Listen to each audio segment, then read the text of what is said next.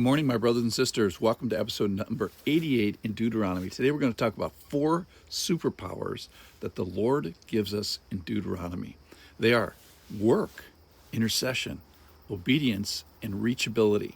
We'll talk about each in order here. First of all, work. So in Deuteronomy, we learn that we have the superpower of work. 8:18 says, "You shall remember the Lord your God, for it is he who gives you the power to get wealth," which is in work. So he's giving you a superpower, a godly power. He gave it to Adam before the fall. It's to be productive and useful. And now we see that work is corrupted by the curse. And perhaps it's our attitude that's corrupted, not the work itself. But the Lord gives abilities and powers. And we need to say, I have a superpower, which is the ability to work. I have a superpower, which is my ability to get wealth. I have a superpower, which I can turn a pile of resources into a bigger pile of resources.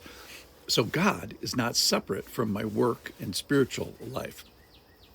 The Lord is in work and always has been in work. Now, there's a caution, and you don't want to love money more than God. It's not that money is evil. It's the love of money that's evil. So it certainly can become an idol. And it can demonstrate a result that results in, or a root that results in all kinds of evil. So longing for money results in consequences that go beyond money. So just before this gift of the ability to work, he says, "Beware lest you say in your heart, by my power and my might of hand have gotten me this wealth." So yes, Deuteronomy goes all the way down to your wallet. Nothing's changed with that in 3,500 years. We have to work hard and be careful not to make it an idol and not to misprioritize it. So the first superpower the Lord gives us is the ability to work and obtain the resources from that. The second one is intercession. Now, intercession is kind of a miracle. It's to ask for another when they cannot ask, or to act for another when they cannot act, and remember for another when they have forgotten. So when they perhaps have lost their standing before God, a person who has not lost his standing stands before God on that other person's behalf. Now, Moses does it throughout the book of Deuteronomy and other books, and kind of stands in the gap for these people. So intercession is primarily done for knuckleheads, maybe even exclusively knuckleheads. For if they weren't a knucklehead, they wouldn't need interceding for.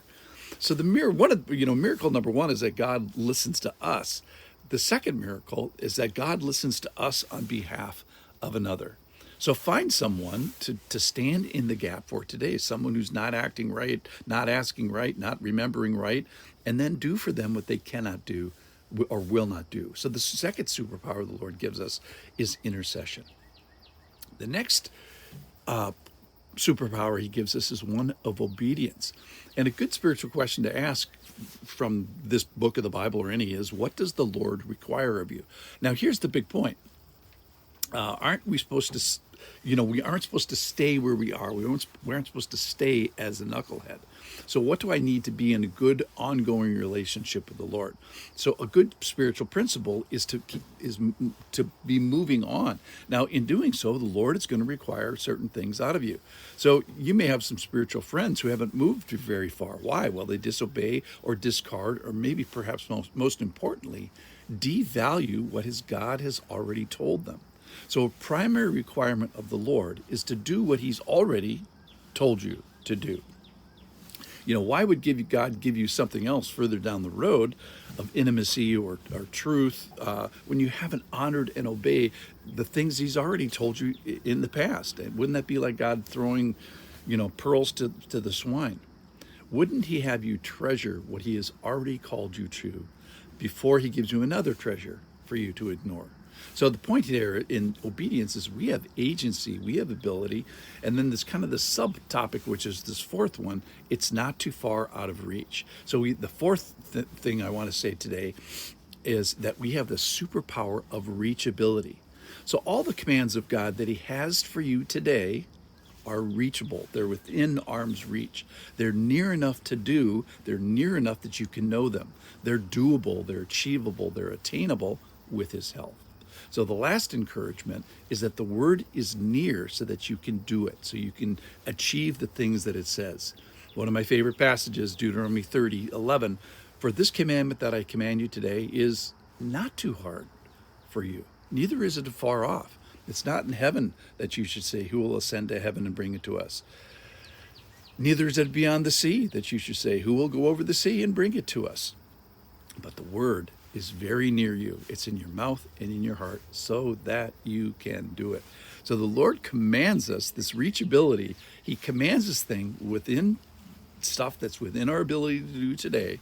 He commands it so that we can do it. It's not understandable. It's not too hard. It's not far off in heaven. It's not far across the ocean. What the Lord has for us today is within arm's reach, knowable, doable, not far, achievable. So all the commands he has for us today are within arm's reach. So the commands aren't secret. They're all over the book of Deuteronomy, and they're also all over our heart. They're in our mouth, in our heart, and it's not too hard. So what does the Lord have for me today? Is it secret, unknowable, and far off? No, it's not unknowable. It's not too difficult. It's not out of reach. It's not that complicated. It's near, it's doable, it's understandable, and it's here. And why? So that you can do it. So the four superpowers that we talked about today. First of all, he gives us the superpower of work. Secondly, he gives us the superpower of intercession. Thirdly, he gives us the superpower of obedience. And finally, he gives us the superpower of reachability. Thanks for listening.